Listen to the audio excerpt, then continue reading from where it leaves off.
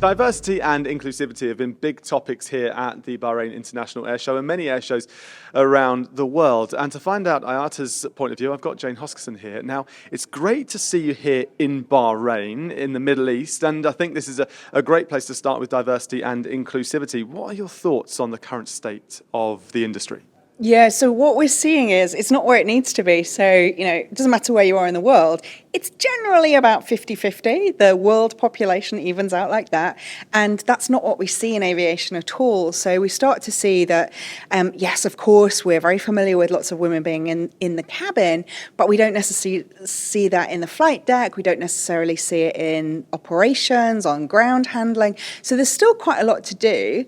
That's why we're doing 25 by 2025 to increase the representation of women at senior levels, because I think it's really important that you show role models and you can see senior women across the organisation that are actually doing jobs, because women look up to those jobs. And then also in underrepresented areas, we're looking for organisations that sign up to our initiative around 25 by 2025 to improve by 25%. Because if you're looking at your pilot population, in many places it's like 5, 6, 7, 8, 9%. You're not going to get to 25%.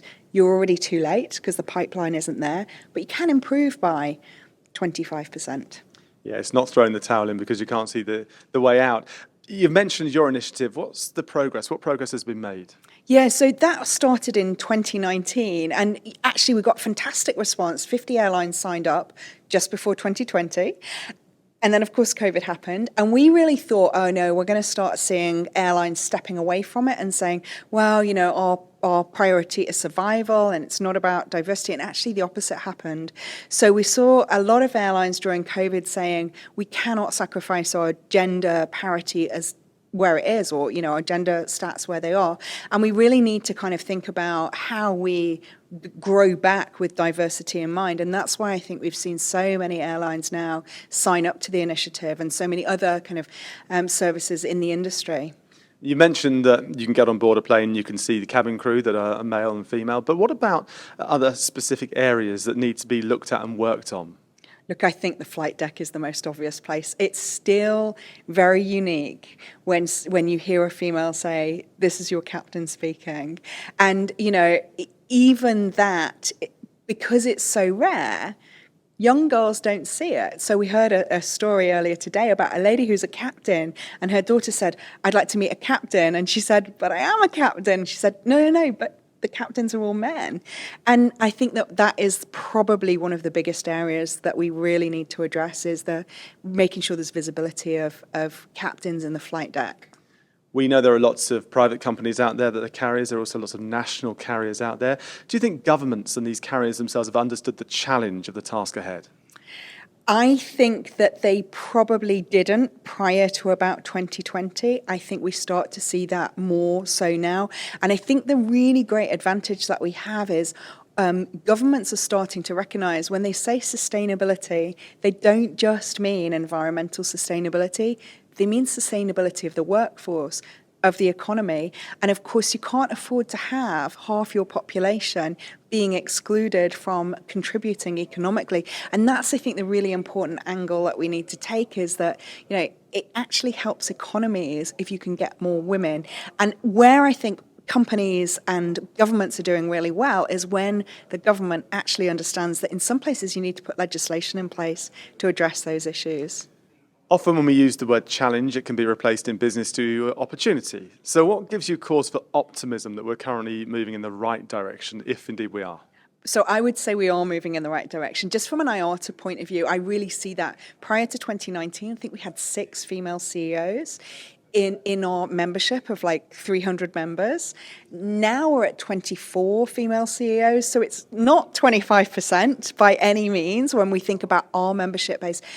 But it's starting to grow, and I think that's really, really important. So that makes me optimistic, because the more female CEOs we've got, the more better representation that we have. So I think that's quite important. I think that girls in STEM is really important. We start to see more and more girls being interested in STEM, and of course, the pipeline of talent goes back a long way. A boy will make a decision he wants to be a pilot at the age of 6. A girl will make that decision at 16, and sometimes that's too late for her choices. So I think that by seeing that balance being redressed, I think we have got lots to be optimistic about. It's still a fantastic industry. I think, lots of females can contribute not just to being in the flight deck, but also helping fix some of the environmental problems as well.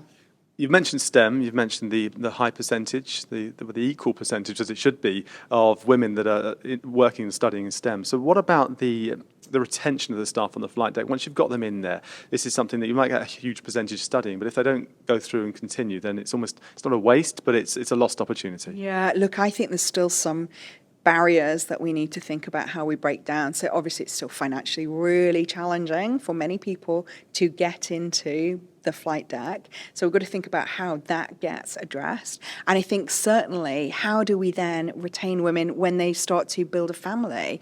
And one of our airlines has done some really great stuff around that by actually thinking thoughtfully about how they put flight plans together to make sure that women aren't disenfranchised and that they can actually build a balance between work and life together. Because of course, if you lose a woman from the flight deck after she's had a family, you can't get her back easily because she's got to retrain and she's got to go through all of those kind of hurdles. And I think the really good companies are thinking thoughtfully about redressing that balance. So that might be putting women on shorter haul flights for a period of time. Not for forever, but for a period of time. I think we've got to get inventive and creative with the things that we do around policies to make sure that we retain women. Understanding what's required and then reacting to it. Yeah, totally. And that's, I think about data. I use the word forensic analysis of your data because it's not good enough to say, well, we've got 8% females. You need to understand why. Like, when are your females leaving? How are they leaving? Where are they going to? And really dig. Data will give you a really good idea of where you need to focus. I'm optimistic now. Thank you very much, Jane. I can leave happy. Thank you. Thank you very much, Stu.